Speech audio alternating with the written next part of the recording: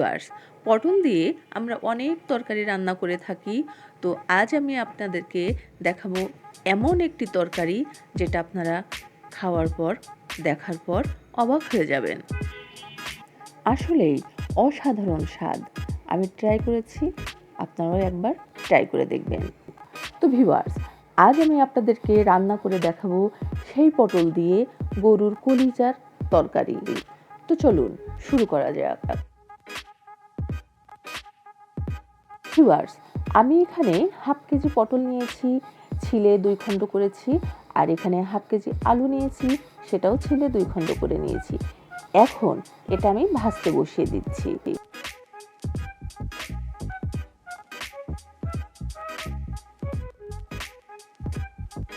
এটা আমি লবণ হলুদ দিয়ে ব্রাউন কালার করে ভেজে নিচ্ছি।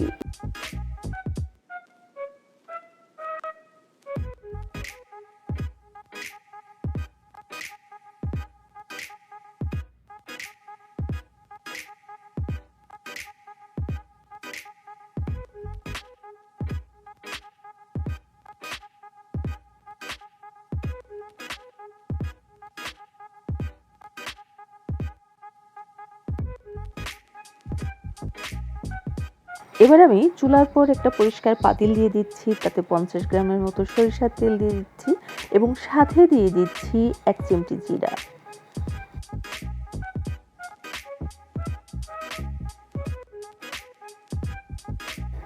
তেলটি একটু গরম হয়ে গেলে এর ভিতরে দিয়ে দিচ্ছি 2 টুকরা দারচিনি, 2 টুকরা এলাচ এবং 4টি পেঁয়াজ কুচি করে একই সাথে দিয়ে দিচ্ছি।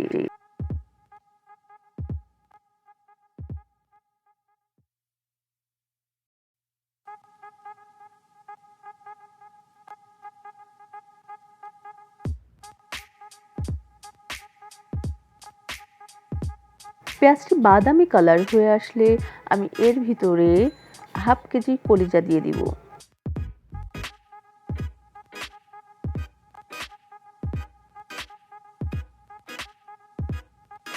এবার আমি এটাতে 250 গ্রামের মতো পানি অ্যাড করছি। এই সবজিতে একটু মশলার পরিমাণ বেশি লাগে, তাই আমি এখানে 1 টেবিল চামচ মরিচ গুঁড়া, 1 টেবিল চামচ ধনে গুঁড়া এবং 1 টেবিল চামচ এলাচ গুঁড়া অ্যাড করছি। ভিউয়ার্স, আপনারা যারা নন বিদেশি রান্নাঘরের সাথে আছেন তারা হয়তো জেনে থাকবেন, নন বিদেশি রান্নাঘর আদা রসুন একসাথে ব্লেন্ড করে ফ্রিজে রাখে। তো সেখান থেকে আমি 1.5 টেবিল চামচ এখানে অ্যাড করছি।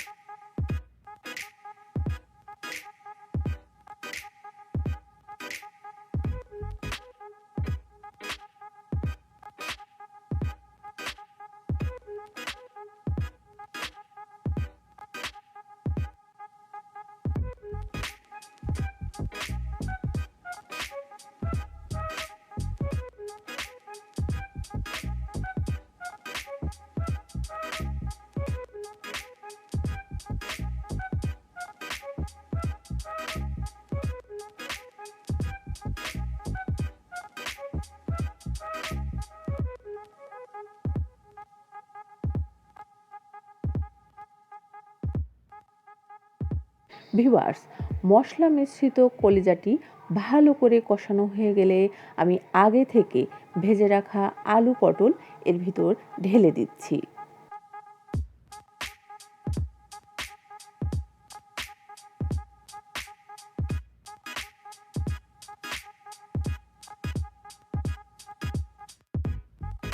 এবার সবগুলো উপকরণ একসাথে ভালো করে নেড়েচেড়ে আমি এর ভিতরে ঝোলের পানি অ্যাড করছি।